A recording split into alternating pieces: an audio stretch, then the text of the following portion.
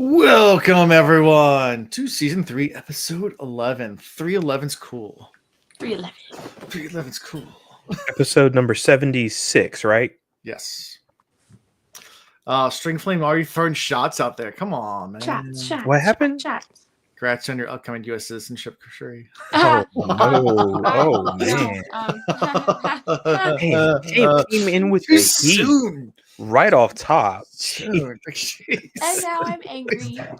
And now we're done.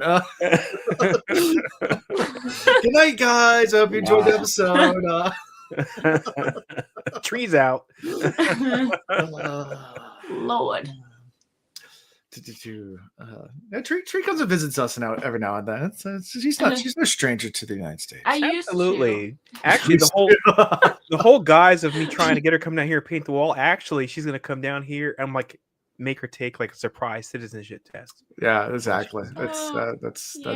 I would never do that, obviously. But, I mean, I already have my hesitancy. I know you said you paint Orlando's wall for free, but you should charge him a tariff. Oh no, I'm paying her. Oh no, I'm gonna pay charge her. extra because the Canadian work. Oh no. And I have to charge you 25% on top of that. Yeah, on top of that. No, Tree is gonna be well taken care of. I promise that.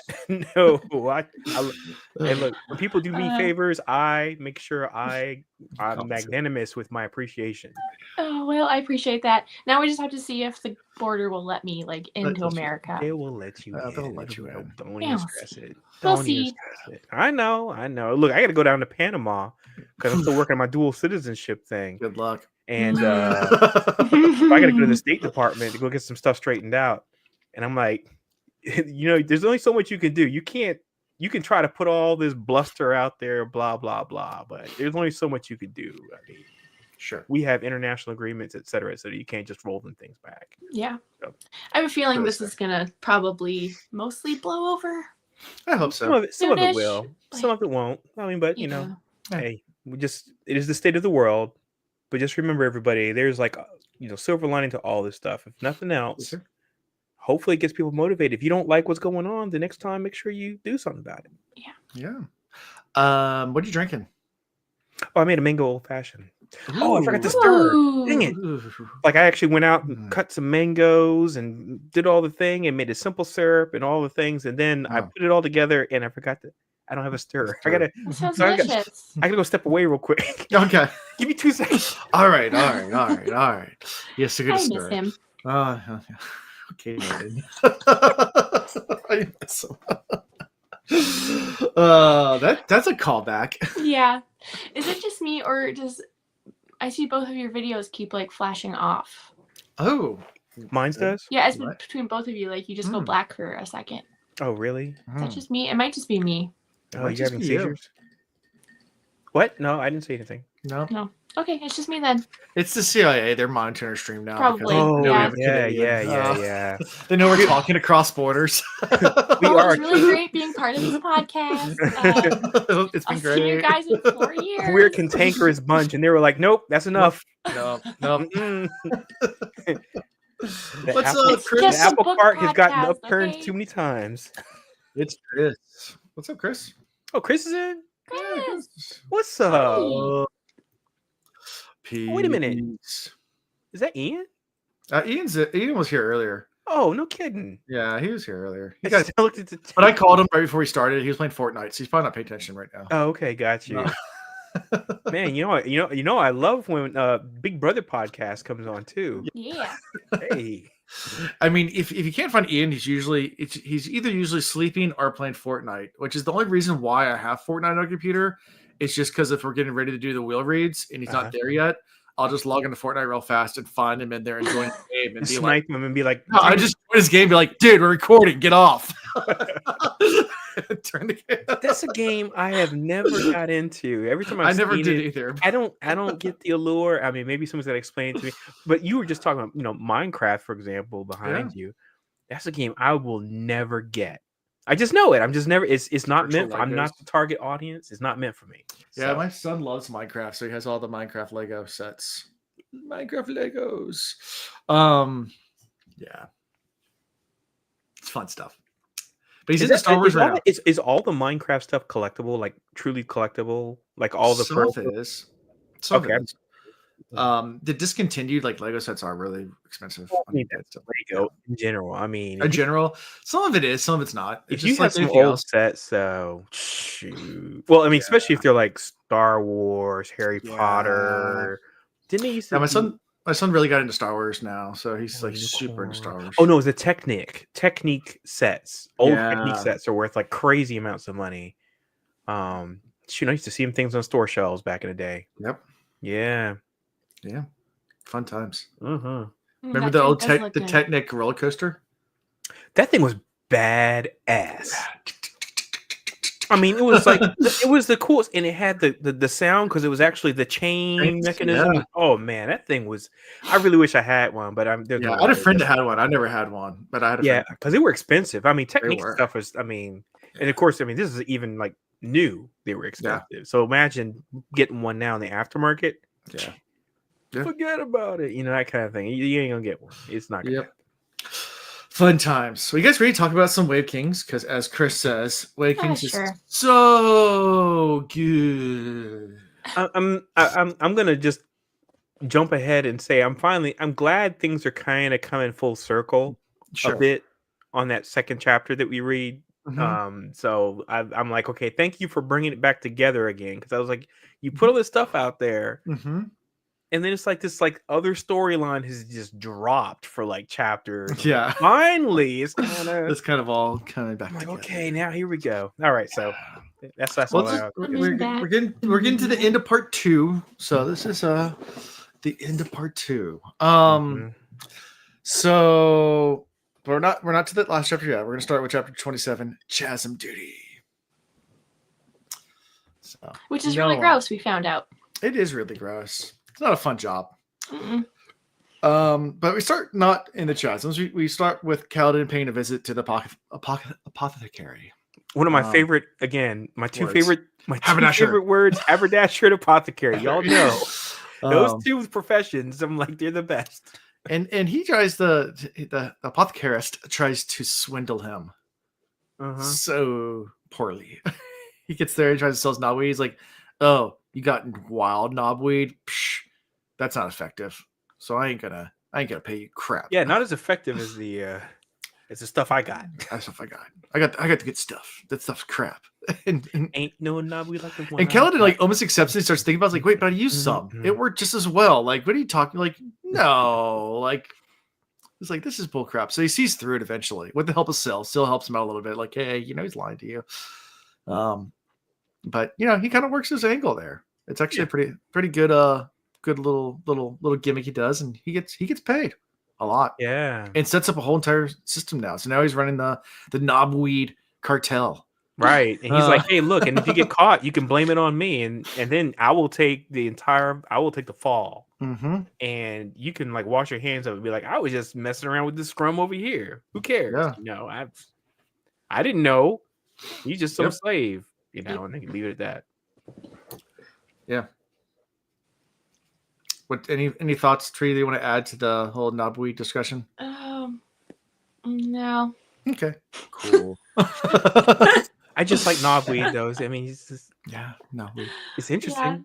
Yeah. How you come up with that word? Knobweed. I mean, I don't know. I'm assuming it has some sort of a knob on it. Yeah. I don't know. But actually, I picture it just kind of like how it grows out of the ground. It's just like a big long knob. Mm-hmm. I don't know. No. I just think of it in a completely dirty way. Oh, knobweed. Well, all I can think of is I'm like, okay, well, you got penis plants over here. Phallic symbols. I'm glad you said it because I'm gonna say, hey, look, I was diplomatic. I said penis. I didn't say So Gaz shows up and he's like, hey, guess what? You guys are Chasm Duty today. And they're like, what? And it's like, that's not our turn for that. And it's like, yeah, we figured that none of the other bridges will care. And you guys are kind of the scum. So we're just going to do whatever we want with you guys. You can't really do anything about it. So Chasm Duty it is. Yeah. Because the other bridge crews are also upset with them for bringing back Wounded and breaking the rules. So that's kind of their punishment, per se. So Which we then learned that chasm duty is probably one of the worst jobs you could have, besides just running bridges, which is the worst job you can have. So I said one of, not the worst job. The worst job is just running straight into a battle and getting just mowed down by arrows. But this is not much better. Second worst. Yeah, second worst. You have to go down inside the chasms where there might be chasm feeds that eat you, and you then have to go through and find all the dead and collect all their stuff. Because, hey, efficiency. It took me until today, by the way, to remember that Gaz, and it was like messing with me. I was like, who else is named Gaz? Or something I've watched, and someone's named Gaz. It's Invader Zim. And the sister of the boy that's trying to out Zim as being an alien, her name is Gaz, and she plays like video games all the time, and she's got purple hair, and her name is Gaz. It took me until like today, and it finally clicked. So sorry, personal victory. But I was like, there it is, Gaz. That's her, and she's the little like goth girl. Yeah, that's nice. Kind of the little sister, everything. So anyway, sorry, completely random, tangent. No, it's a fun fact. Squirrel. Yeah. Brain squirrel. There it is. Yeah. So this is a fun little bonding moment a little bit because you have Kaladin, Teft, and Rock, and they're all kind of walking together because they've already kind of formed their little bond because they've talked by the campfire or whatever, and they're talking, and they realize another guy, Dunny, is listening in too. So they're like, hey, how about you come join us and talk to us? And it works. And they discover Dunny can sing too, which is kind of cool. I got so many questions about this Dunny cat, though. Go for it. All right. So he's obviously a young guy, based on the way he's described. I would say, probably, I mean, and Kaladin's young, so I would say he's younger. And I'm like, he was an apprentice. What did he do to get in this situation? I mean, because you had to really, you couldn't be just like, oh, you made the tool wrong, I'm making you a slave, I'm putting you on the bridge. And no, he's on bridge 4. I mean, bridge 4 is like, the deal, the reputation for bridge 4. I'm like, what did this guy? Because he seems very likable, right? He seems likable. He seems a little like meek and kind of shy. Somehow or another, he still survived up until now. Because usually these young bucks come in and they're like, quickly taken out. Which is why I'm trying not to like him too much, because just in case. That's a good point. Tree, I appreciate you putting the levity on that, because it is true. I don't remember, but I don't know. I'm scared. I like him. I don't want to like him, but I do. Like Billy Crystal said in Forget Paris, he's the one guy who's sitting there like, I can't wait to go back home to Coney Island and have one of them hot dogs. And exactly. Right? Nobody's safe. Nobody's safe, right? As soon as Kaladin's like, he was a younger man and he sang beautiful songs. That's right. Like, you're gonna die. I don't like. By the way, and you triggered a memory. Every time I'm listening to these chapters, I'm like the all the time. Tien. Oh, what I did to Tien. I let Tien down. And I'm like, just tell what happened. Just go into it, please. Right? Because we already know that one, right? Like we already know that one for sure. Right. I mean, basically, this is the equivalent of like Edgar Allan Poe, Lenore, and he's like, "Oh, my lost love, Lenore." I'm like, just tell what happened to Lenore. Quote the Raven. Just tell me what happened. We'll probably find out like $3 from now, Londo. Yeah. True. But I'm like, just say what you did. Yeah. Just Yeah. The song, obviously, but yeah. Go ahead. Yeah. Anyway, that's my little gripe there for just get on with it. Like Monty Python and the Holy Grail. Get on with it. Yeah. So eventually they find some corpses because the corpses do get washed when a high storm comes towards the camp, because I guess everything slants towards the camp. So they'll find a bunch of bodies all together. Yeah, this sounds like it must be a lot of water accumulating down there. They were talking about like how you're talking about other armies like on the other side of the Shattered Plains. Shattered Plains is to like end up on that side. I mean, because remember, they're at their camp. They just basically went down a ladder. But slot cannons I mean, if you can go look at videos of that, like when water runs through a slot cannon. Oh, that's terrifying. It's terrifying. Really? Yeah. Okay, this is a YouTube Yeah. rabbit hole I need to go down. Yeah, slot cannon floods and slot cannons are Really? terrifying. It's like so fast. Yeah. It's super fast. Really? The water rises up real fast, and then it's like it's like flushes it all out. flushes everything out. Oh, really? Yeah. Because it's like a tight space, right? So if lots of water goes in like a tight space, it just immediately floods and it's floods like and river. it's like a wall of water. It's just in, out, boom, and but it takes everything, right? Yeah. It's, everything. Wow, that's crazy. I Yeah. can't imagine that. That would be terrifying. I mean, a lot of times slot canyons can be found like in places where it doesn't rain much. So like I know Utah has a lot of slot cannons. So the ground is already like dry, and so it doesn't absorb all the water and stuff, and so basically the water rises on top of it, and it just flows quick. Oh, okay. Yeah, that's extremely terrifying. Yeah, and so like, and that's the whole thing about it too is like it can rain really, really, really far away. And it can cause accumulation of water. It's like like an avalanche on the mountain or something. It just keeps piling on itself. Without notice, you could just have a random flood just come flying through. And then there could be chasm fiends, which are giant like lobsters that just eat you too. Right. So, they exist here. I don't know. Yeah, what could possibly go wrong? Yeah, I know. What could go wrong? For all the young children in the audience, chasm fiends are real. Yeah. But they start, going through these corpses and doing the morbid work of going through and taking everything, the boots and the spheres. They can find spheres and weapons. And Calvin picks up a spear, and he's overwhelmed with all the memories from the spears. And I think it's Moash who actually starts to guide him. And, he's trying to goad him on. He's like, "Oh Lord, then look at him with his spear." And other people join in, start to jeer him a little bit. Like, oh, look at him trying to be all important. I bet he's never held a spear before in his life. If he was in the army, I bet he's lying to us. He probably is just a little, stable boy or something like that.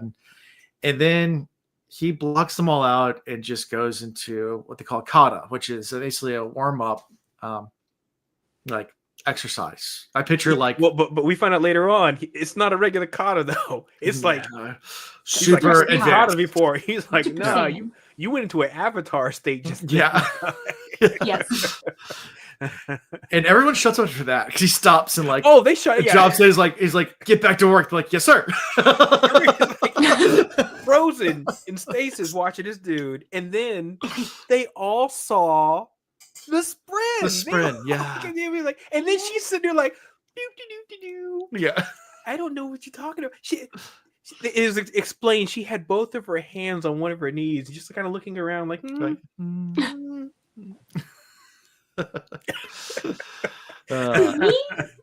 Exactly. And Tef comes up and is like, I've never seen anyone do anything like that ever. And Cal's like, yeah, it's just a warm up thing. Like, it's not. Imagine someone actually doing that in battle. That's not what it's loosen the muscles and get right. He's like, that's not how we actually fight. Yeah, it's more an artistic thing that you were just doing then, but. Yeah, who's gonna fight doing that? It's doing spins around your neck and all sorts of crazy. Right. It sounds badass, by the way. I mean, doing this, spinning a spear on your neck. I mean, that sounds pretty freaking cool. Yeah, I mean, there's a lot of stuff like that in martial arts where you'll have like different things that are more for show than it actually is for practicality. Yep. And then you actually have practical fighting, which looks completely different than the stuff for show, flashiness, and for entertainment purposes. It's, especially like the one I keep thinking of is nunchucks. Mm-hmm. I mean, especially when they're like flipping it around like really, really fast. Mm-hmm. I mean, that is just like crazy for show kind of thing. I mean, if he just has some nunchucks, it's like just bop them. Yeah. You ever see people use like the spear on the rope thing where like they do the crazy intricate wraps around, like throw it out and like shoot. Or what about the ball? I mean, of course, one of my favorite movies is Kill Bill, and the ball and chain thing with the same kind of situation. And it's like they do that thing where it's like a wraps around the neck and they swing it, and they kick it, and I mean, it's really artistic. I mean, it's some of the most gorgeous choreography I think I've ever seen. But in battle, just go stab. It reminds me of what's it? Is it Monty Python's and now for something completely different? Where like they're having the military training, and it's like, and now we're going to teach how to defend against a banana, and the guy's like, he's like, come at me with a banana, and the guy starts like running at him, like trying to attack him. He pulls out a gun, and shoots him. I was like, that sounds like Indiana Jones in the first movie when the guy had the sword. He's like, Oh yeah, yeah. And he's like, bam, yeah, dead. Funny. Yeah. So yeah, after all of that, later Syl looks with Rock because Rock can see him and Dunny to find more corpses, and they find Parshendi corpses. And they're like, "Yeah, we found some Parshendi." He's like, "Oh yeah, they have lots of gems." And Callan's like, "Yeah, and they have that awesome armor. Let's go get the armor." He's like, "Yeah, you can't get the armor." And they're like, "What do you mean? I've seen them have the armor on." And they're like, "Yeah, that's not normal armor." He's like, "What are you talking about?" It's like, "Go check it out." He goes up. It's like, "I've met Parshmen. Like they're regular people." But like, he's like, and he goes over there and starts trying to pull it away. He's like, "Wait, this is all attached. These are all heroes and a half shell." Yeah. Back to your crab theory. Exactly. Parchment or crab crab. What do I keep saying? Everything involves the crabs. Crab people. Crab people. Crab people. Yeah, crab people. So, yep. They discover Parshendi armor is grown from their bodies, so it's actually part of their bodies. Mm-hmm. Are they super glue the armor on? And they say that it's like if they were like if it was armor, then their skin has grown around it. Yeah, it's fused into some way or another. Because they were talking about even the helmet area. It's like completely like merged onto. Yeah, it's part of their face. Yeah, I guess that can happen if you wear something long enough. Your skin will start to grow into. I mean, like a tree will do that. Like you put something on a tree, the tree will grow into something. Yep. Okay, so I just had an idea that is probably really stupid, but it made me kind of laugh in my brain. And it is that the Parshmen are just like soft shell crab people because they don't have shell. There's actually soft shell crabs. We were talking about that like a few weeks ago. And then you got hungry. Yeah, they just are molted. There's a famous case of a cowboy. I can't remember what it was, but like he got shot on his property and it grazed his head. He survived, and the bullet got lodged in a tree. And like 30 years later, the tree died. He went to go remove it, so he just put a stick of dynamite in it and blew it up. And the same bullet that hit him years later shot out of the tree and actually killed him the second time. So 30 years difference. Wow. The same bullet that went through him the first time. Dynamite on the tree. Yeah, it was a dumb idea. Darwin Award. Darwin instantly. Award. Instantly Darwin Award. Right? Yeah. Hey, I got this stick of dynamite over here. When I've been drinking and having some cigars, it'd be cool. Put this dynamite in the tree. Yeah. Brilliant. Brilliant, my guy. Yeah. It's it might be an urban legend too, but there's a whole story about it. I don't know if it's true or not, but yeah. Again, same bullet. Darwin Award winner. Same bullet killed him 30 years later, something like that. Fun times. Not fun for him, but still. No, yeah. The crew finishes their chasm duty, goes back to the ladders, and Kaladin has an idea of how to get the crew together. And it's a pretty good idea, because if there's one thing that gets the crew together whenever you're at work and the morale is really low, is you throw a pizza party, right? Is that what management does? Pizza party. Pizza party. Yeah. Everything. We have tons of profits. Let's throw a pizza party for the warehouse. I've seen The Office enough times. I know Michael Scott told me pizza works. Pizza works. When you have destroyed their entire warehouse and strewn styrofoam everywhere, I've heard pizza party is the common denominator. It is the mass integrator. Everyone forgets about all of the woes. And absolutely. They're like, I don't remember how you messed up my warehouse. I will remember, though, this deep dish that you brought today. Alliances were formed on this deep dish today, sir. But instead of pizza, we did the Way of Kings version. We did stew. Some soup. Some soup. Oh, I like it. Soup instead of stew. So of course, every time I hear that, R.I.P. Carl Weathers, because in the rest of development, that's all he said when someone was about to throw it, because he was like super cheap in the rest of development.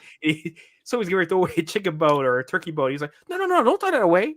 You can take this right here. You put that in a pot of boiling water and soup. A stew. That's what you do. That's all I could think of the whole time I heard this was Carl Weathers saying that for rest of development. Now you got yourself a stew. Yeah. All I could think of was, I hope Rock learned his lesson about the Sadius stew and doesn't add some extra. Yeah. Well, they jeer him about that and Yeah. say like, "Oh, we're gonna eat horn in your stew. It's gonna be gross." And he's like, "No, I made it like you lowlanders like it." Because that Joker, he described that stew. Wait, not just the stew. He put it in everything. Everything. What did I say last? It was like he was like, I made a shit pie. Blah, blah, blah, blah, blah. Shit bread, I made shit stew, biscuits. All the photo shit shit.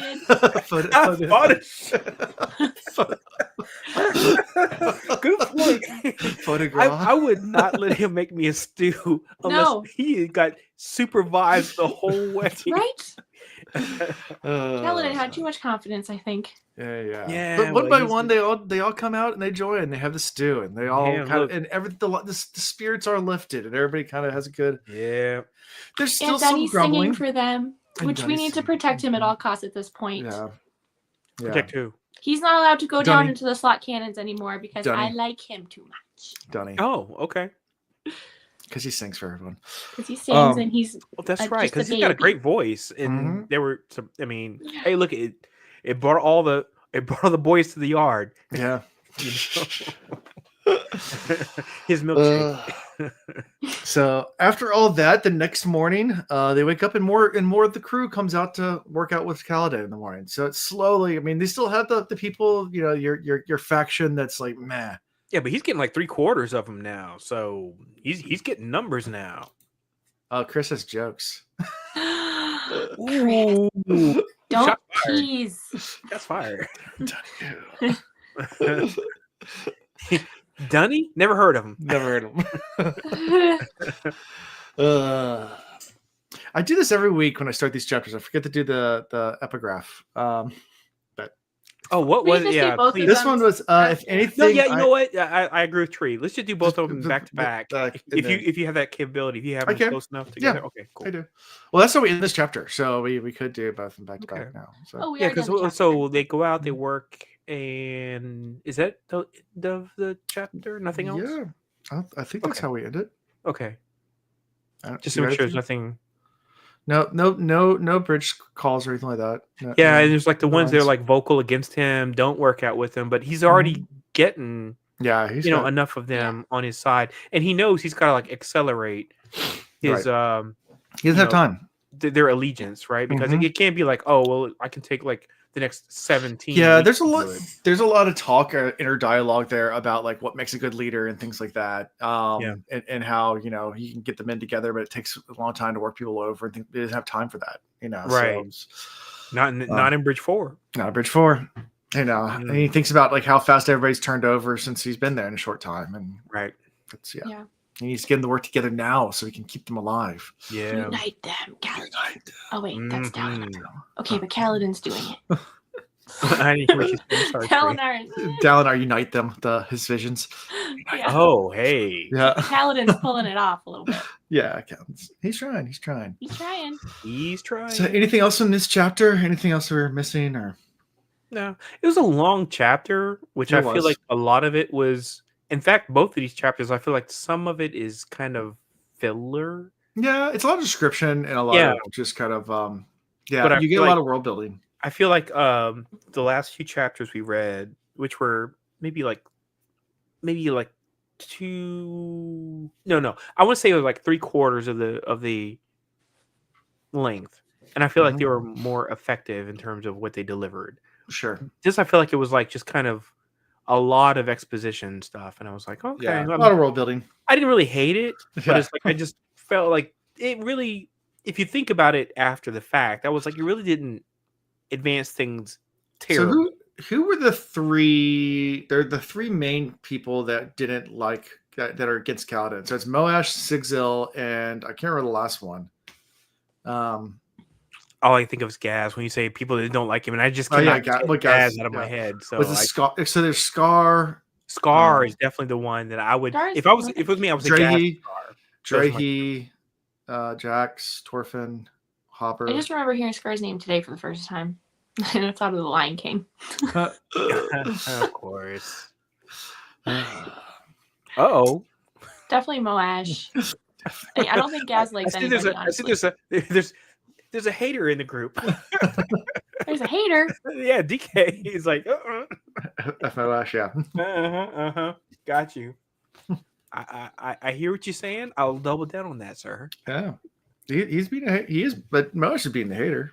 He's like, yeah. Oh no, but I can agree with like not liking him though. I mean, he's not good people. I mean, at this rate, right? All right, so you ready to do the epigraphs? Move to chapter 28. Yeah, let's go ahead and just do those. Okay, so chapter 27's epigraph. If anything I've said makes a glimmer of sense to you, I trust that you will call them off. Or maybe you could astound me and ask them to do something productive for once. Okay. And that's because he's talking about he's being chased in the previous chapter. So anyway, and then this one is for I have been dedicated for a more important purpose, and the very pillars of the sky will shake with the results of our war here. I ask again, support me. I do not stand aside and let disaster consume more lives. I've never begged you for something before, old friend, so I do now. So I do so now.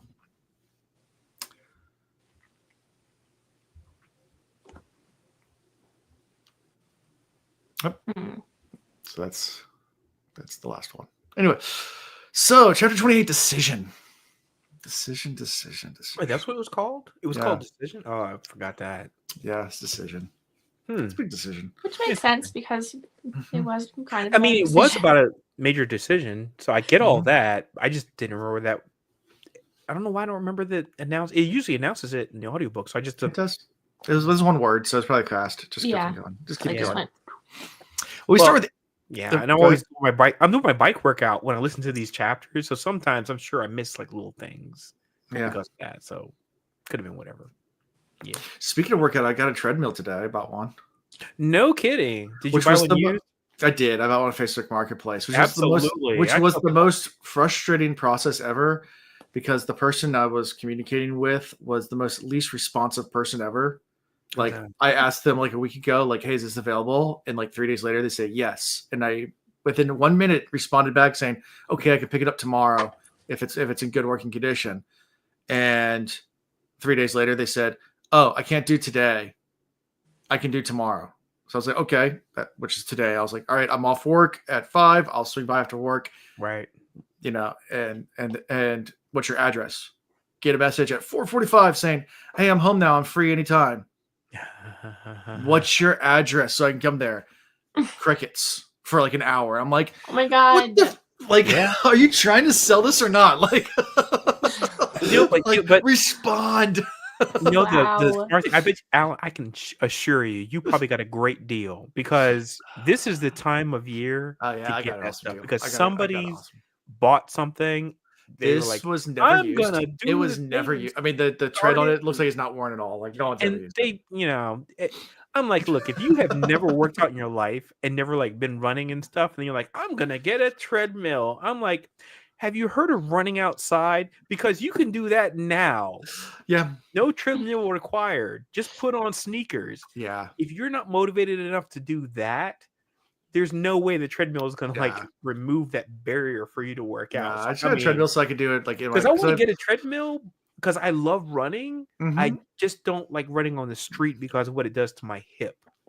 Well, the sad thing about it is I was talking to my dad on the way home from getting the treadmill, and I was complaining about this this person. My dad's like, how old is she? I was like, she's probably like 20. It's like, you sound like a boomer. Like complaining about the younger generation not responding. My dad just called me a boomer. No. It's like this younger generation never responding. Push back on your dad on that one. No. That's just terrible. Look, you're gonna put up something to sell and then not be responsive. I know. No, you're not a boomer. That's just somebody who's just like techno averse. Yeah. I'm like, what do they used to call them? Troglodytes. Yeah. Like, why are you not responding? Like, do you want to sell it or not? That's not you. Anyway, I'm like, I can get home with my kids and stuff. I don't have all night to like wait for you to respond. Exactly. She's like, please communicate to me on my tin can on string, please. I should have just called her. That would have. I didn't have a phone number. It's Facebook Marketplace. Yeah, it's Facebook Marketplace. They don't share phone numbers. You don't want to do that. Oh. You can't. Yeah, I guess you can't. Look, you don't want to get into that creepy. No, I don't want to. Nah, you share phone numbers with people. I would just do like I thought you could video call people on. Or not through the marketplace. Not the marketplace. You have to be a friend. And you don't want to friend somebody you don't Facebook ever. So. Yeah. Oh yeah, good call. Stay off of it. But like with some of my friends that are like that, a lot of times I'll just do that. Oops, I accidentally clicked the call button, and then I'll like stop it before anyone actually answers, and I'm like, oh well, now I have your attention.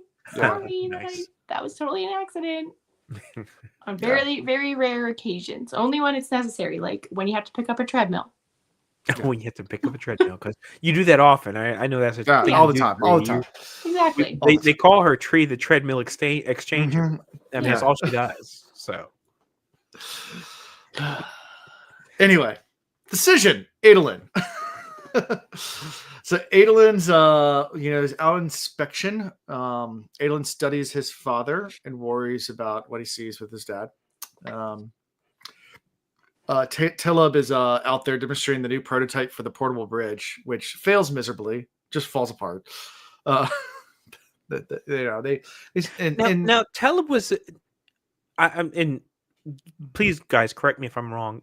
Taleb was the one that was like making the proposal, and Galadin was like, "Nah, we're not going to do that," and then like recanted that and said, "No, we'll go ahead and give it a try." Dalinar, yes, that was Taleb, who made a suggestion to do a bridge crew like Sadeas and had them carry bridges, and he's like, "No, we're not going to do that to people." Right? He's like, "You know what? We'll try." And then Adolin's also they're trying to make their bridge design faster so they can keep up. Right, so and it's Dalinar, right? So okay, got it. Okay, Dalinar, who's the one that said first he was like, nope, and then he was like, oh, wait a minute, we're trying to encourage people, we're trying to support them and bring in new ideas.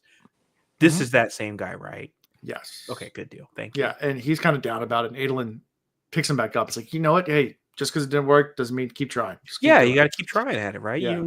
You know, prototypes are prototypes. They're meant to fail. You know? So Adolin's also talking to his dad, Dalinar, and he's kind of going on about like why are there no shards for ordinary people? Like why do just like the princes have shards? Why didn't the order? All this work would be so much easier if we gave shard plates to the regular people, right? And Adolin's like, well, because they're rare and we have them. All you do is make weapons of war out of these things. Just like what else could you do with it if you were to like shape it into something that's like. Well, we find out later on he uses what he's got to do something useful that the average worker bee could actually do. He's doing the work of like 20 men later with that technology. So technology, I'm using air quotes when I say that. Also, they talk about the thrill a little bit. Ask Adolin if he feels the thrill during battle and things. On the way over to one of the battalions, Adolin praises his father for a decision to allow the soldiers to bring their families to the Shattered Plains. They're just kind of having a general conversation just about the camp and doing their inspections and being the leaders. Right. After they're done inspecting the 5th Battalion, Havram leads them to 10 soldiers that were questioned by Sadeas, and they're all, and it's like, so these are the 10 questions, 10 soldiers that Sadeas came and questioned. They're all like, we didn't say nothing. It's like, I hope you didn't act like that in front of Sadeas. Because they look so sus. I'm like, oh, man. Please tell me you didn't talk that way. You look sus as hell. No, if you were among us, you're getting ejected immediately. No, I can tell you exactly what happened. Sadeas came over, and all 10 soldiers were just like... Don't be suspicious. Don't be suspicious. Don't be suspicious. Don't be suspicious. Don't be suspicious. Don't be suspicious. Sorry, me and the Sapristeens get down like that. I'm just always going to be a huge fan. Tree, have you ever seen that show, Parks and Rec? I've seen like a couple random episodes. It's one of those things that I will eventually watch all of, but have not yet. If you can get on YouTube and just watch any of the compilation videos of the Sapristeens, Mona Lisa Saperstein or John Ralphio, they are hilarious every single time. Those two, as Ben Schwartz, I think is his name, and Jenny Slate, two amazing comedians. that play the brother and sister, and they are so funny. And that's their last scene in this show when they do. It's just yeah, I've seen that a bunch at of times. at their own funeral, by the way. They're supposed to be like they're at their own funeral, and they're like check it out, like, oh, and now we're about to go to, I can't remember which, Tajikistan. That's where they're gonna go to basically like avoid like Hide. crimes and stuff. And they're like, oh, hey, we gotta keep it down. Don't be suspicious. Don't be suspicious. Don't be suspicious. And that's why they do this whole dance. Anyway, I'm just saying, Tree, it is not going to be time wasted. It is going to be. You're going to laugh. Well, I do need a new show after. I'm just finishing Schitt's Creek right now. Oh, lady. Yeah. So once that's done, I'm going to need something. I got to get this book. You're going to appreciate this. Oh. We lost Alando. He got way excited. I said the magic word. Yep. Okay, anybody that knows anything about Mora knows that she uses all these really obscure words in that show. This book, which is getting blurred because of my camera, unfortunately, it's lost words. And it has like a whole bunch of words like that she uses. And I love it because it's like collywobbles. It actually says lost words. It says collywobbles, snollygosters, and 86 other surprisingly useful terms worth resurrecting. And it's just got all these terms that like she kind of uses. Yeah, Moira would love that book. So good for that. She'll like break out something like she's like, "Don't be a ninny hammer." You're like, "Oh, what?" Yep, anyway. She would. Yeah, but she's the best. Actually, all of them. Incredible show. Love everything with that show. Yeah. Yeah, so I'm on season 6. Oh, lady, you are doing good. Nice. Yeah, I'm almost done. Wrecking it. I binged it pretty hard there for a bit, and now I've like slowed it down. So I'm like, I don't want it to be over yet. So I've just been doing like 1 episode a day. Instead of like 5 episodes a day. I know that feeling. Mm-hmm. Nice. Yeah. But that's okay. Maybe I'll do Parks and Rec after. Parks and Rec's good. Parks and Rec is amazing. I've heard many recommendations, and I've seen lots of memes and GIFs, and I've heard all the references, so I should just do it. Skip season 1. Yeah. Oh, okay. Like literally, you can skip season 1. You will not miss a beat. Mm-hmm. No. Just jump into season 2. You'll catch up. Yeah, I have seen like 3 episodes of season 1. Like when I did try to watch it at one point. I mean, it's not terrible, but they were still trying to get their stride. Yeah. It took them a while. And then it got to season 2, especially once they got rid of who's the guy? Brandanowitz? Mark Brandanowitz, I think, was the guy that was like kind of like her love interest. Oh yeah, yeah. Season 1, skip. And I've known people that have never watched season 1. They watched season 2, and they were like, "I don't feel like I missed anything." Yeah. Okay. And in season 1, they were still trying to figure out Leslie Knope's, like her vibe, and it was like really off-putting. Yeah, I love because they kind of made her seem like she was like aloof and not like she didn't know what she was doing, and that's so anti her because she's like amazing at her job. So we don't. Hey, dude, if you haven't been here, you don't know. We take these tangents, my guy. Oh, I'm pretty sure the wheel reads. Oh, the wheel reads. We do the same thing. The beginning of Alan letting people go on tangents. Yeah, exactly. We don't talk about books here. Books. But yes, you're right. We are talking about a book. I guess we are talking about a book. All right. Yeah. So after suspicious food, after being suspicious, who's not being suspicious? I don't even know. Well, at least they're very loyal to Dalinar. Dalinar points that out, but he's like, yeah, we got to get us in line. Yeah. And then Aidwin starts to question Dalinar, like, why are you always giving me the lead? And then Dalinar's just like, I'm trying to help you let you make decisions on your own, but he doesn't really elaborate at first. Doesn't really at all. And then he notices a messenger in Thanadell's colors. And the messenger tells Dalinar that Thanadell has canceled their meeting. Dalinar presses the messenger, and basically the charter says, yeah, we're not going to do a joint assault with you. So all 8 high princes have refused. The only person he hasn't asked is Sadius. Oh yeah, like that's gonna go over well. Yeah. And he tells Adolin to go finish the inspection without him. Make some vague excuse that he has something he needs to do. I need to go see a man about a horse or something. You know? Nice. Yeah. By the way, the colors of this guy, what they said was like brown and green. And these sound the most basic, boring colors ever. And I was like, oh my goodness, what you got basically the Dookie colors or something. I don't know. What is this about? Yeah. Pretty much. He was like, I have no imagination, so yeah, my flag is basically a burlap sack with some rotten vegetables. Yummy. I mean, it's literally the colors I thought of when he explained it. Sorry, just random noise. Yeah. Right. Moving on. So Dalinar, we switch to his point of view. You know, he's confident his son will do well as a high prince. And, you know, he's trying to decide whether he should just go ahead and abdicate or not and just give his princedom over to Adolin now. Adolin. He then orders Niter to bring his warhammer. And he goes up to a place where I guess some workers are building out a new latrine pit. And he's like, hey, get out of the latrine pit. And they're like, excuse me, sir? He's like, I gave you an order. I'm your high prince. Get out of the latrine pit. And they're like, okay. Well, because they're thinking we did something wrong. Yep. You know, exactly. I mean, of course, they're already in like they're like, what do you call it? Buckled knees situation. Mm-hmm. Right. Just the fact that he walked up. They're like, well, what did we do? And I'm like, I get that feeling. Yeah.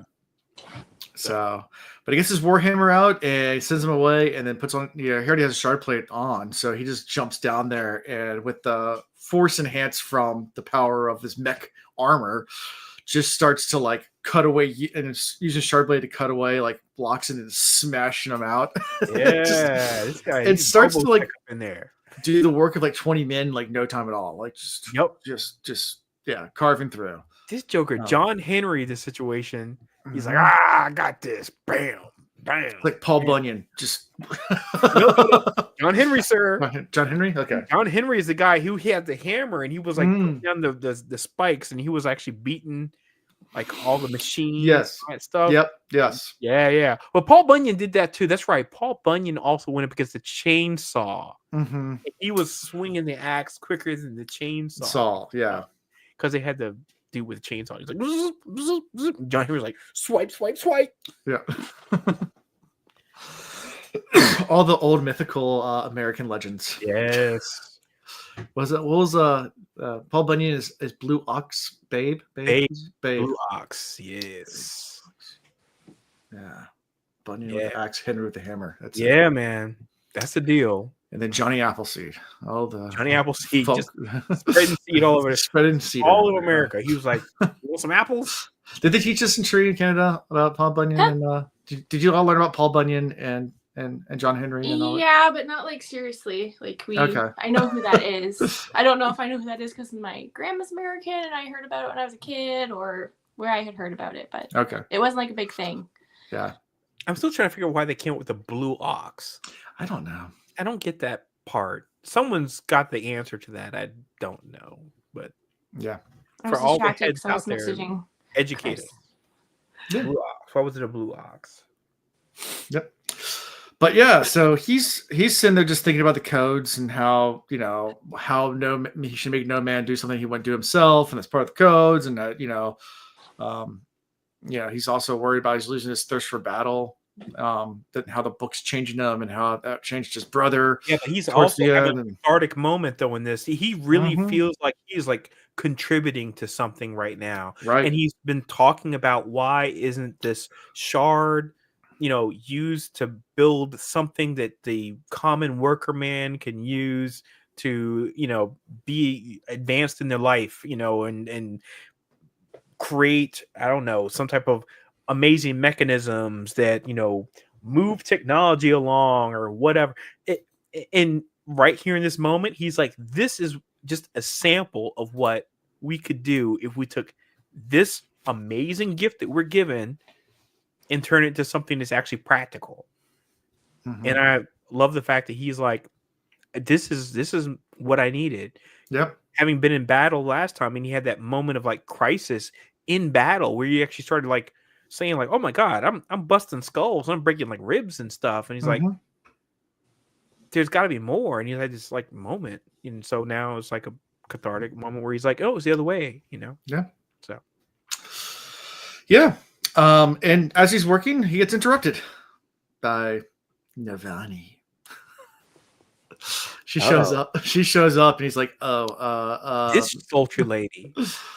And she's I'm like, gonna say sultry off top. She's like, don't mind me. Keep doing your work. Obviously, it's so important. You know, he's like, it is important. I'm doing all this stuff. It's like, yeah, so important. You forgot my meeting with me. And he's y'all like, ladies know you. Y'all know what y'all be doing. He has a lot of important things on his mind. Okay. Y'all know exactly what y'all be doing. She saunters up. Yeah. What you doing? Looks like you have a really something important you're doing, huh? It's really important. More important than meeting with me when you're supposed to. Yep. He swings a hammer and throws a bunch of like rubble and stuff everywhere. She just like flicks off her dress. She's like, "Oh, that makes a mess." She knows exactly what game she's playing. She's good. She's good. I'm gonna give her credit. She's good. So eventually she does apologize. And she says, "Oh, also, my daughter's span read's flashing, Yasna." And he's like, "Oh, crap. I meant to see that call." So we learned a little bit span reads here. So it goes into a whole entire thing to talk about span reads and how they basically are these fax machines from this world. I mean, like, nice. You can write on one side and the pen moves on the other side of the world at the same time. We don't know quite how they work, but then you switch the gem over and then it tells them that it's Bluetooth. Yeah. It's what? Bluetooth. Mm-hmm. Okay. I'm okay with that. It's two connected etch-a-sketches in my mind. Yeah. Like someone's got an etch-a-sketch on one side and the other side. How do you think they work? How do I think they work? Like, how do they connect across like the freaking like lands and stuff? That is the piece that I was like trying to ponder this whole time. I was like, did they take like, like a sphere and split it and then do the, I don't know, but I was like, what creates a connectivity between these two particular ones? Yeah. Versus anyone else that has the exact same device somewhere and you like communicate with the wrong person. Yeah, see the internet. That's what I'm saying. They use the internet. So basically, these are okay. So these are two IP addresses, and his is obviously 10.6.98.42, right? And hers is 10.6.98.41. Yeah, they connect. Yeah. With a subnet of 255.255.126.184. Got it. I felt my brain melt. It's just quantum entanglement. How you can communicate over light years instantaneously. I've never thought about how they work. I just have you heard him the whole time? I was like, how does this? I was like, how do you communicate just to the one without it being like intercepted? Entanglement, laugh out loud. Yeah, quantum entanglement. That's how it works. Wouldn't it be easier to just invent telephones, gramophones, whatever the hell that was? Maybe. Yeah. So the telegraph was actually invented way before the telephone. I mean, I feel like this is the equivalent of what we learned in Elantris when they had the seance. Yeah. And it was like it would project like the faces and stuff. So basically, it's like you had to have this seance communicate with this seance. And I was like, I feel like it might be something like that, but I don't know how this whole thing about communicating over long distances works. So just FYI, the first transatlantic telegraph line was laid in 1854, which was before the Civil War. So technically speaking, they could and you could send faxes through them, actually, a primitive form. Right, because I mean it's the same technology. Same technology. It's the same. So technically, Abraham Lincoln could have faxed a Japanese samurai and asked them for help, aid. Technically, the technology existed. for that to happen. They had a transatlantic line going up. There's a book somewhere in this, by the way. We need to write this book out. Yeah, this book out where it's a alternate universe where the samurai. I mean, look, if we can have Abraham Lincoln vampire hunter, we can have Abraham Lincoln samurai warrior. Yeah. Yeah, where he gets trained up by samurai. I feel like someone has written this book. You know, somebody probably has. Somebody fan fiction's out there somewhere on Reddit.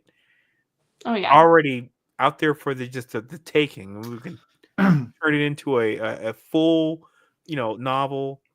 I'm sorry, novelization of whatever, and make a screenplay out of it. The whole deal. We got it. Yeah. Easy. So span reads kind of cool.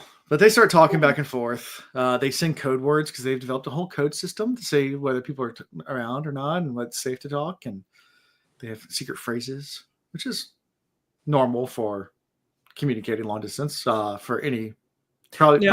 Is the concern there that you're worried about someone in the room intercepting your message, or that someone in between can intercept it? See, I got 1,000 questions about this. As an IT guy, I had so many questions. I was like, I'm always focused on security, and so I'm you got to know who's actually on the other side, whether it's actually the person you're intending to. You can't see who's reading that message. Yeah, I think it was the person, like whoever's in the room.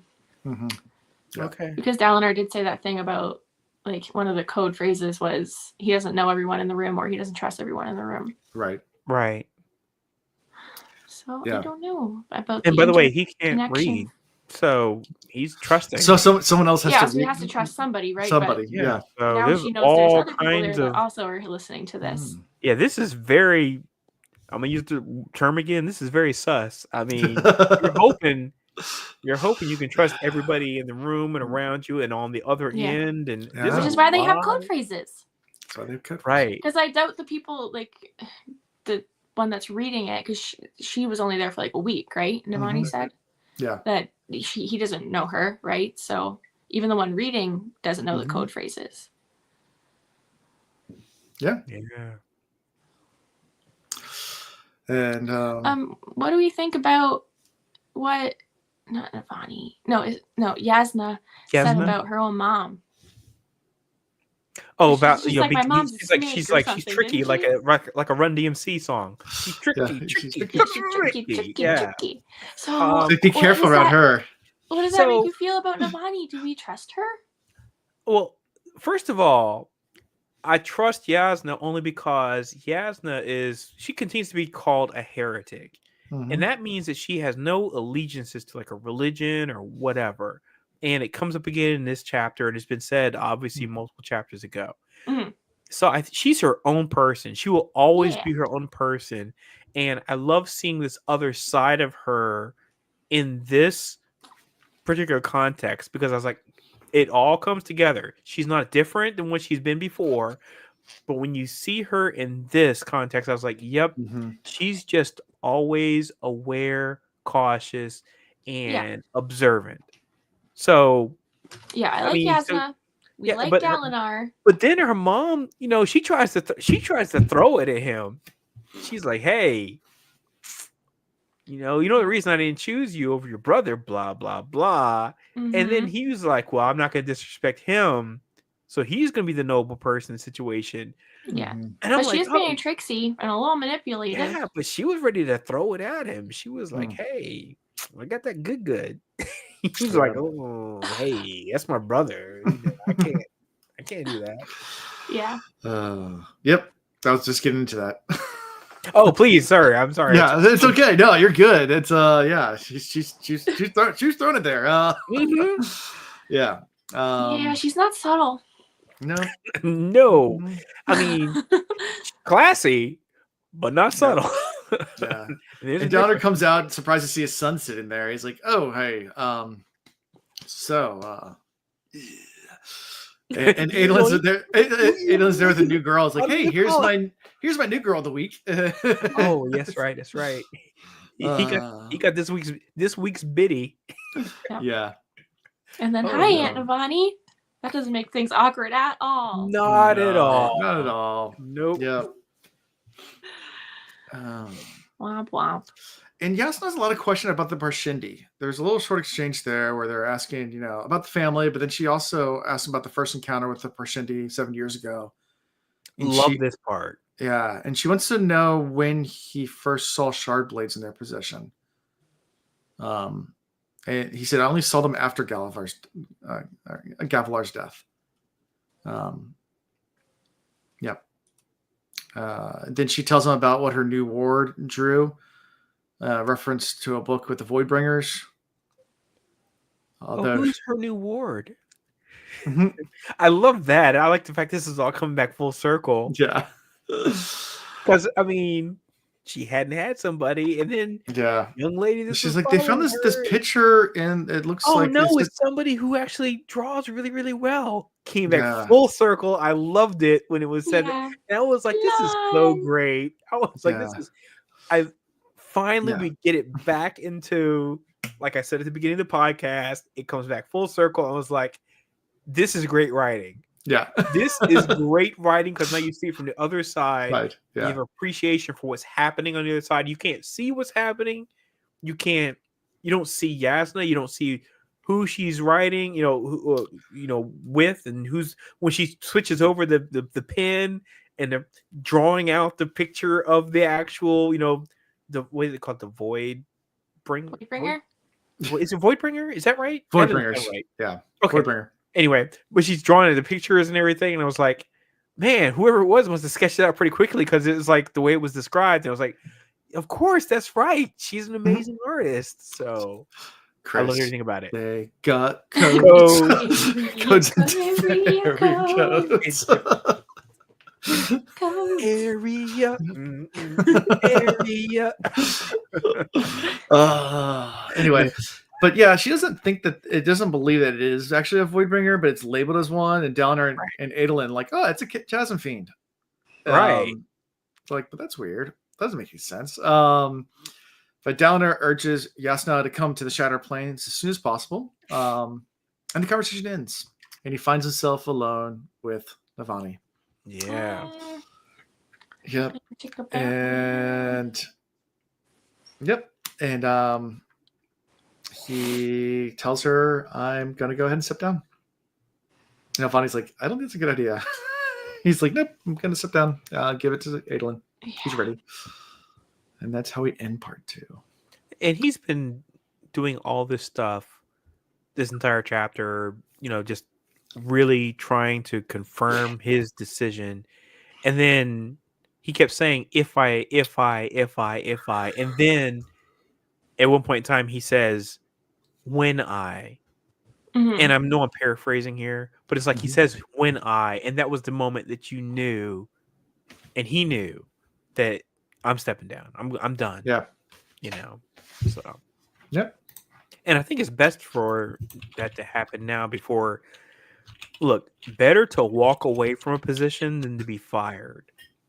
Always, right? That's just rule of life. You leave the position. Don't be an NBA player playing past their prime.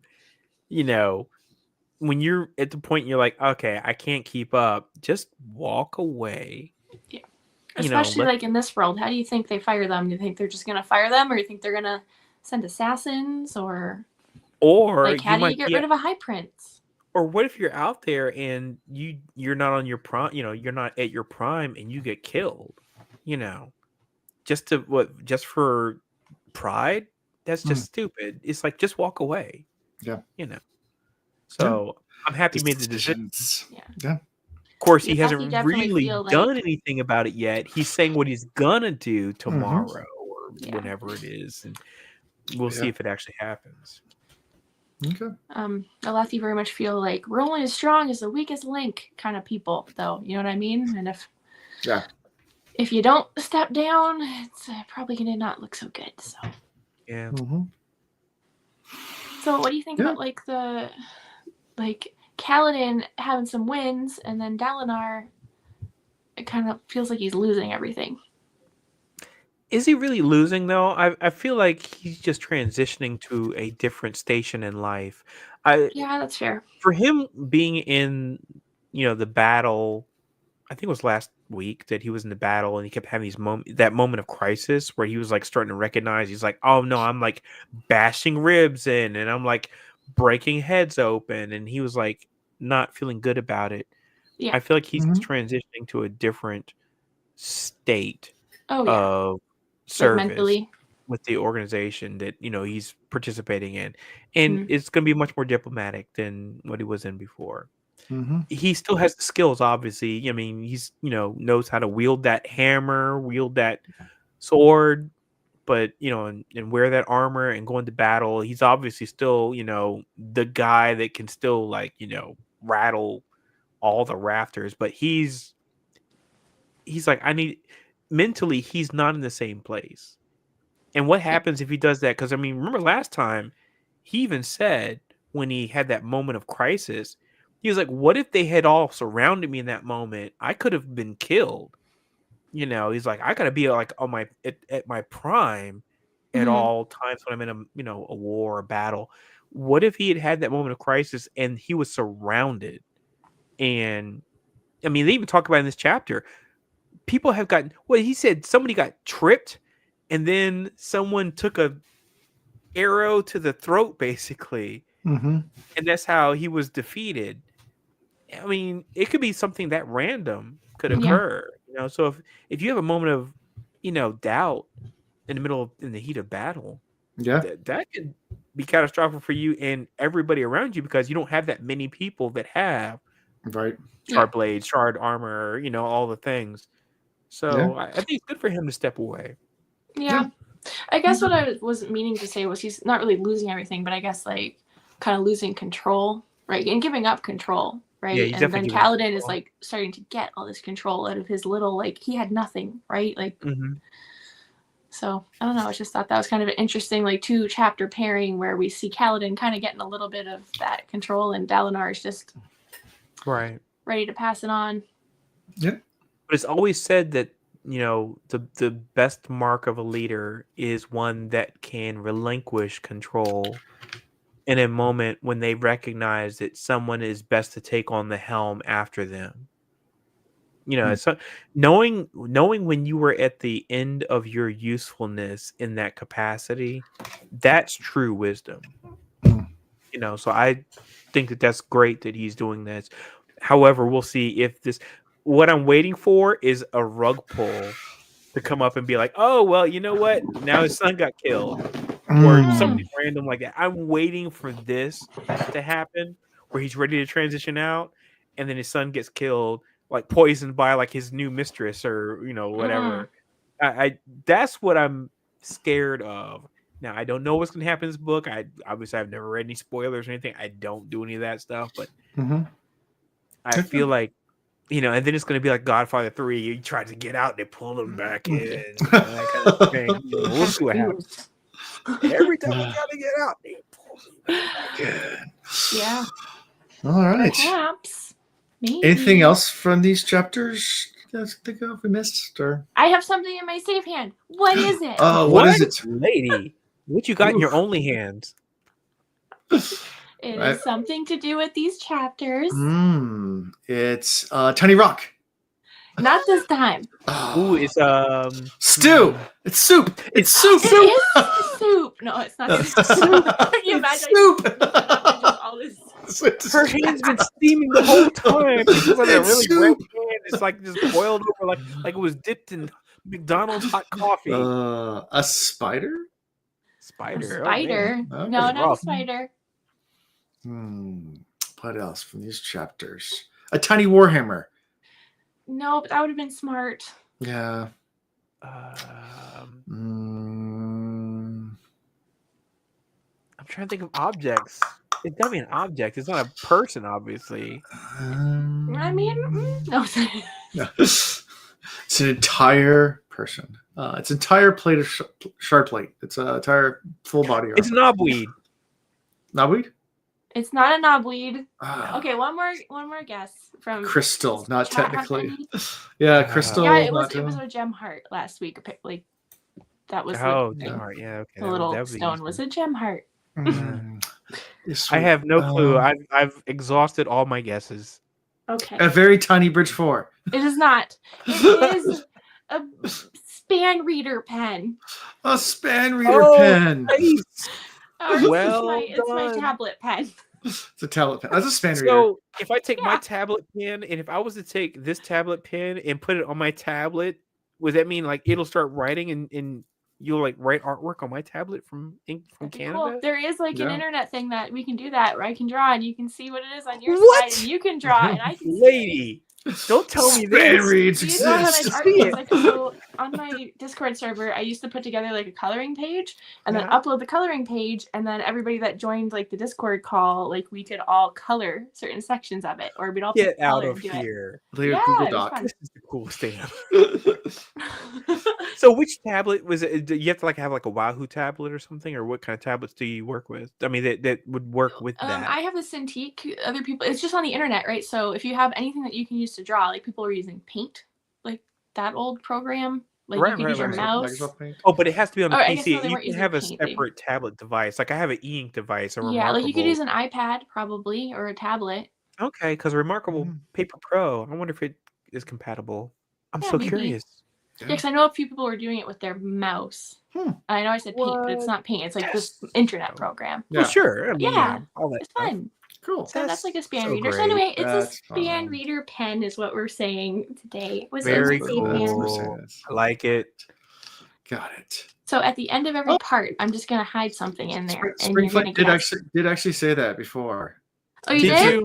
He did say pin before Tiny Bridge. Before I said Tiny Bridge, so I just missed it. Oh man. So because I did say Tiny Oh, Bridge. it is before a very tiny bridge for Yeah. it. Yeah. Well, good Nice. job, String Good Flame. job. String Even Flame though I'm got still it. mad at you from earlier. And also from It's because he's in Canada. I mean, in Alaska, which is practically Canada. Yeah, so welcome to Canada yourself, String Flame. No, exactly. You should become the second. Alaska's pretty much. Poor Alaska. Oh my God, Yeah. they're gonna be. I don't know. That'll be interesting. Poor Alaska. I mean, and Minnesota's pretty much Canada too. So it's nuts. Yeah, but at least Minnesota's still like attached to the rest of America. Kind of. Yeah, but Canada's out there. You know, Canada's basically near Russia. I mean, it's well, Alaska's stuck between Canada and Russia. Yeah. Yeah. Is it the Bering Good luck, Strait? bud. Good luck out there. Well, next week we'll be doing, I guess, 4-ish chapters. We're doing the 3 interludes and then the first chapter of. Oh, that's right. We got interludes coming. Interludes. Yes, it's 3 interludes. So interlude I4 is called Risen. Okay. It's a name, Rysn. Oh. Interlude 5, I5 is Axes the Collector. Okay. And then 6, A Work of Art. And then we start part 3, which is called Dying. Like dying. And then chapter 29 is Arrogance, but not spelt with an A, with an E. Arrogance. Okay, wait. So we're doing all 3 interludes and the first chapter of part 3. Part 3. Yeah. So And it's chapter called 29. Arrogance. Arrogance, but it's ERROR, like error. Arrogance. Which is actually, I looked it up, it is a literary device. It can be described as cleverness without thought behind it, intelligence without foundation of proper consideration.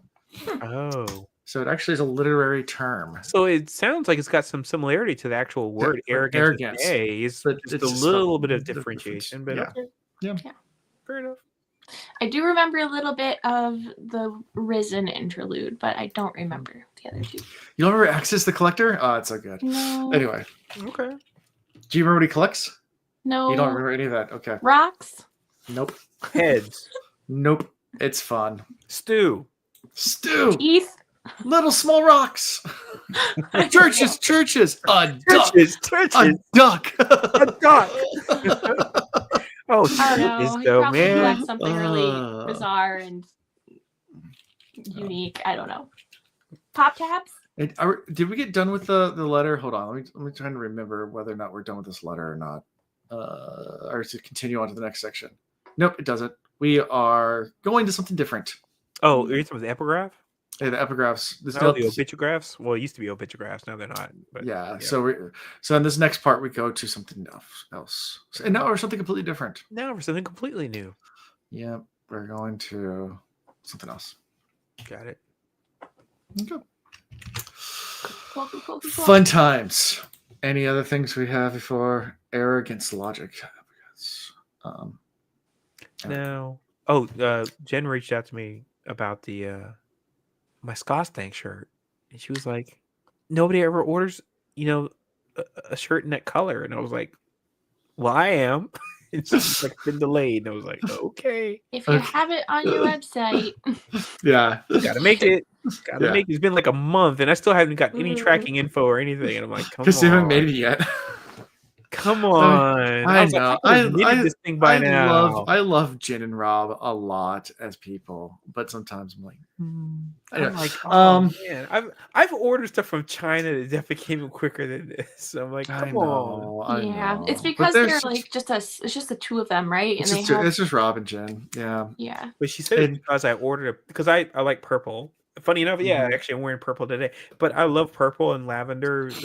Lavender is actually my favorite color, so anything I can get in purple or lavender, I get it. Yeah. So I got the Scots Tank shirt in purple. Yeah. And so she texted me and she was like, "Oh, I'm so sorry." And like, I mean, she's good about that. I mean, like there was a shirt that I bought from her, and the screen print, the stuff on it was all like flaking apart really badly after one wear, and I so apparently they had hired a new intern or something like that and they had a new role they were trying, and the person just was learning on it, so they replaced the shirt for free. Gotcha. So but yeah, I mean they're small mom and pop type operation, little two-man shop. Sometimes things slip through the cracks. Yeah, I get that. The thing is funny though is I have a heat press here because I use it to press comic books. And that same heat press actually was originally made to transfer stuff onto. Have you ever done that and then got regraded and see if it gets graded higher? Dude, I've done it numerous times. I used to do it actually as a side hustle. Like comic books and for comic books and like I would have people send me stuff all the time. They would like send me stuff they had gotten graded, and I would take it and fix it up and then send it out. But I just stopped because I just don't. It's a lot of like monitor it and all that kind of stuff, and now I only do it like in certain instances. So now I just do it for like people that I know. Yeah. Because sometimes people give me stuff and they'll be like, "Oh, I really want to see like the grade get improved." I'm like, I make no guarantees it's going to get improved, especially if it's got like creases and stuff like that in it. I was like, I can't. There's only so much I can do and fix. Yeah. So but I know I just do it for myself and then people that I know. So like if you had comic books, like Alan, if you had a comic book and you were like, "Hey, I want to get this thing fixed and get it graded," I'd be like, I would do it for you. Or friends of mine, or people who were like, let's say, or somebody on this podcast like listening, and they're like, "Hey, I want you to like take some comic books," and I would do that for them. I have lots of Pokemon cards because my kids collect them, but that's about it. Right, and you can actually do Pokemon cards too. It actually works for cards. Oh, we have binders and binders. I mean, the amount of Pokemon cards we have is insane. So and them things, I did not know how like crazy expensive things. Some of them are. Yeah, we went through. Generation you're from. We went through it. We have a few that are worth a couple $100s. I mean, nothing that are worth thousands, but a couple $100 like for a couple of cards. Like because we got a lot of old cards too, and we have a couple that are graded that were sent off and got graded, so they're cool. Still very good. But the more expensive ones. But yeah, we had a lot of people like that. Once my kids started collecting them, like from our church and like from our neighborhood, that like had kids or had them when they were kids, and they're like, "Oh, here's all my old cards. You can have them." And like we're like, "These are worth something." Like, yeah, you'd be surprised. Absolutely. So same thing happens with comic books. You'd be surprised when comic books are actually worth something. So yeah. First Spider-Man issue, you know. You have the first Spider-Man. No. Yeah, got that. Yeah. The old ones that they don't print anymore with the original art. Yeah. Fun times. Anyways, so yeah, we're doing those 4 sections, I guess chapters. Call them chapters. The 3 interludes in the chapter 29. That's what we're doing next week. So come hang out with us, hear more about the Cosmere as we dive deeper into Stormlight, and we learn about dying, apparently. Yeah. And Axie's the Collector, which always reminds me of that Marvel character, the Collector. The Collector, yeah. So anyway, so that's all I got for this week. So we'll see you guys next time. Thanks, everybody. Bye. Bye, y'all. Thank you for watching. Thank you for watching the Cosmere Reads. God stay fresh. God stay fresh.